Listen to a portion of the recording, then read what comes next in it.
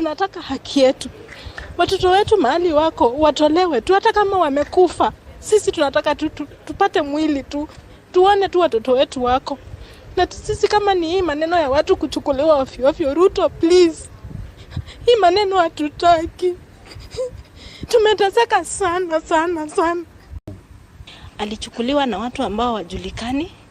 Watu walikuwa wamejifunga mask, wamejifunga, wameka hadi gari zao walikuwa wameficha number plate. Na hivyo ndipo brother alipotea. I am a victim and I would not wish any other person in this country to go through what we did. It is very dehumanizing. It isn't something that should happen to any human being. 32 days nimekuwa tortured sana. Nimepigwa swa kwa migongo yangu, nikikutolea nguo utalia machozi. Nina alama mingi sana za unyama. Toka 16 mpaka wa leo simu yake haijafunguka. Hajaipigia mtu yote akamwambia kwa police station fulani. Nimezunguka police station zote within Nairobi. Nimeenda mpaka prisons ziko Nairobi na surroundings, Kajiado, na jina yake haiko. Sababu alikuwa kasi kwa pikipiki yake na akainjakiwa na watu mbele. Akashikwa na hatujua ameenda wapi. Na wajandizika walikuwa na mangali na amekuwa amevaa mask. And they said tumeshika na dim, but alikuwa na brother wake, na brother wake was trying to protect him, so tukambeba pia because he had seen everything. Tungemwacha, I think our identity ingekuwa ishajulikana, because he in fact wanted to call the OCS Kitengela police station, so they chose to go with me. I could see everything from here to Cabanas. The 3 guys and myself and my brother. The 2 guys, we left them hapa Kitengela. So when we reached Mlolongo, there was jam on the road. Your driver kawasha siren ya Subaru. Just this enough proof that these are police officers. Then we are being told, you must tell us who the financiers of the Kitengela maandamano were. Achukua mask hii yenye watu wanatumia kwa COVID, ukafungwa nayo kwa macho, na wakachukua sellotape wakafunga around, na wakafunga mikono. Wakanichukua, kuna sehemu ni kama corridor, nikasimamishwa hapo. Kuna chumba moja ilifunguliwa, wanaume 5 wakatoka. Kusema ukweli, wale wanaume walikuwa wanyama zaidi ya wanyama, sababu walianza kunipiga sehemu zangu za kwa mwili, hasa kwanza tumbo, mbavu na sehemu yangu ya siri, wakinifinya, wakiniambia usiende kwa media, na ukienda kwa media au ukijaribu kujieleza mahali umekuwa, tunawakujia na tutawamaliza. Na usiwahi enda kwa maandamano, wala usiwahi kuwa front line, tusiwahi kuona mstari ya mbele kwa maandamano, wala tusiwahi kuona na Bob Njagi or other team mmekuwa nao kwa maandamano. Kaa peke yako. All your clothes are taken away. You remain naked. No vest, no underpants at all. Then you sleep on the floor while you are naked. No mattress. You sleep on the floor. You are handcuffed to one hand. So that day we didn't eat anything at all. We only ate food the next day, maybe after 24 hours. Tulipigwa na nyaunyo. Kwanza walianza kumpiga yule sana, then wakakuja kwangu. They gave us a proper torture. Then the guy also had a metal rod that he used to beat us on our back. And when he's tired, the guy used to throw kicks on us, and he had some heavy boots like the army ones. Akatuambia nyinyi mtatuambia pesa za maandamano mnatoa wapi. So now it came to our mind that it's because of the maandamano that we were brought to this place. I never participated in the maandamano. I could not access my funds during that period I was away. So they found that I was just abducted while I was innocent. So now the whole attention was to my brother and Bob Njagi. Ni nani anawasupport kifinancial kufanya maandamano. Nikamwambia mimi kuogopa Mungu, hakuna mtu yote amenipea pesa wala kunisupport kwa hii nchi kwenda kufanya haki ya mimi kama mzalendo wa Kenya.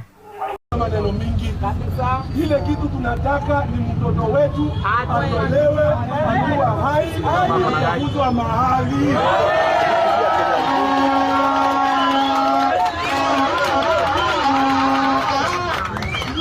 Hajaguzwa mahali. Na kwa sababu polisi wametuambia wanafanya investigation na hawajatuambia wamefikisha wapi, sisi tumeongeza muda 24 hours. Kama hawajatoa 24 hours watoe bili.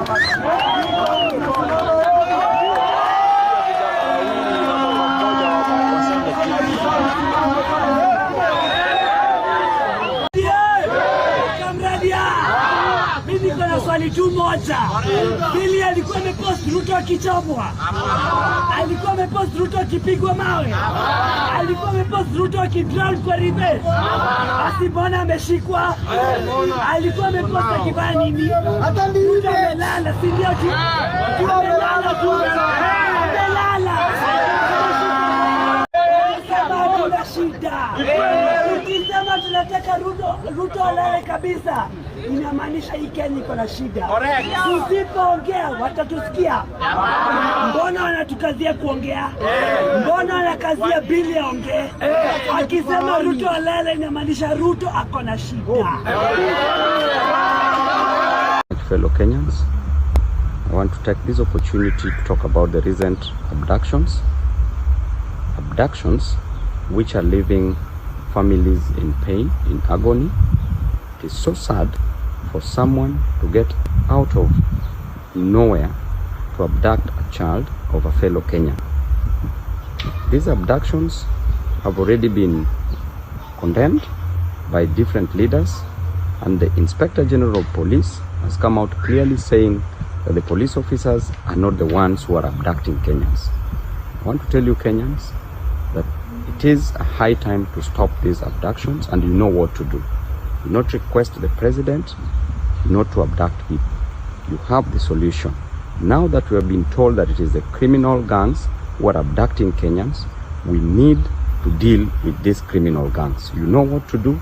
Anything humanly possible, anything around you, any material around you should be used to protect a fellow Kenyan. We will not allow abductions as Kenyans. If you stopped President Ruto from signing the finance bill into an act, then you can stop a few group of people, 2 or 3, from abducting fellow Kenyans. Let us deal with these people decisively. Kenyans, let us ensure that no Kenyan suffers anymore. Thank you and God bless you. That wherever they are, and you can see their names, Bernard, Peter Muteti, Bernard Kavuli, Billy Mwangi, and Gabriel Supiet. We pray that wherever they are safe, and that those that are holding them will bring them back safe. If you guys feel like those people you have abducted have done anything illegal, then in accordance with the Constitution, kindly present them to the court of law. Is a unit of police officers that are not under the command of the Inspector General of Police that are carrying out these abductions and killings. There is a building in Nairobi, the 21st floor, in the city center, where this unit is operating from, led by a certain Mr. Abel. Abel is a cousin to a very senior government official in this administration. These abductions must stop forthwith. I think that even our development partners, we will, as a People's Law Opposition, now be able to address even our partners to tell them what kind of a regime is this. And I'm sure they will also be addressing these issues. Abducting Kenyans, killing Kenyans will not resolve the issues, because Kenyans will not be intimidated to say no to bad policies. Regime in power operates on 3 principles: lies and more lies, corruption and more corruption, disdain for human life, and therefore executing people without reason. abductions that lead to execution or outright execution, the way we saw the Gen Z getting executed. And this is amidst declining economic conditions, high taxation. We are in a very bad place. But I want to remind us, we are responsible for where we are. Because when we have an opportunity to vote, we vote with emotion, not with reason. We can get ourselves out of where we are if we come together, unite, and say enough is enough. And I keep on telling William Ruto's regime, asitumie maneno kama enough is enough. You do not have the privilege of telling us enough is enough. Wewe ni mtu tumeajiri kazi. Wananchi ndio wadosi. Ndio wanaweza kukuambia enough is enough. Uwezi ukatutolea ukali ukituita majina. Wakenya washakufukuza, walikufukuza mwezi wa June wakati uliua majensi. Na wewe unashikilia tu mahali na utakuja kuanguka. Kwa hivyo usitoe ukali, jaribu kufanya kazi. Pengine ukifanya kazi watu wanaweza fikiria, lakini inaonekana siku zake zimepunguka na ziko karibu kuisha. Issue of abductions of innocent people. This is a primitive thing. And it is something that is very strange. You cannot live in a country where people disappear or people are abducted for no other reason and kept incommunicado for a long time. That shows that there's no government. Many parents have been crying. Our child was abducted the other day and by some people who were uniformed, and you've never seen this child up to now. This matter ends completely this year. We want a safe and secure country. Gone were those days when they used to arrest you and take you to Nyayo House. But this time you're being taken to Nyayo House, which is a government institution. These days you're being taken to unknown places. We don't know, we don't want this kind of primitive things to happen in our country. It's primitive and it's unacceptable. We join all patriotic Kenyans in calling for nationwide protests on Monday, the 30th of December, 2024, to demand for justice and accountability. The streets are indeed calling. It's not only in Nairobi. We are going to call for the protest in all 47 counties. And we can even include the 48th county, which is the diaspora, to ensure that we go out there to speak for our fellow comrades, to ensure that the abductions, they end. We call upon all Kenyans to come in their large numbers Monday next week so that we can finish the unfinished business of demanding for total change and political accountability. Kwa viongozi wote wa taifa hili, vituo vyote vya polisi na Inspector General wa polisi kwamba Jumatatu ijayo kama mbaya tumeamua kwamba tutarudi kwenye barabara, kwa sababu lugha ambayo mnaelewa ni lugha ya barabara, lugha ya maandamano. Na kama hiyo ndo lugha ambayo mnaelewa, basi tupo tayari, tumejitoa kama vijana na tutakuja na tutafanya kuzungumza na nyinyi kwa lugha ambayo mnaelewa.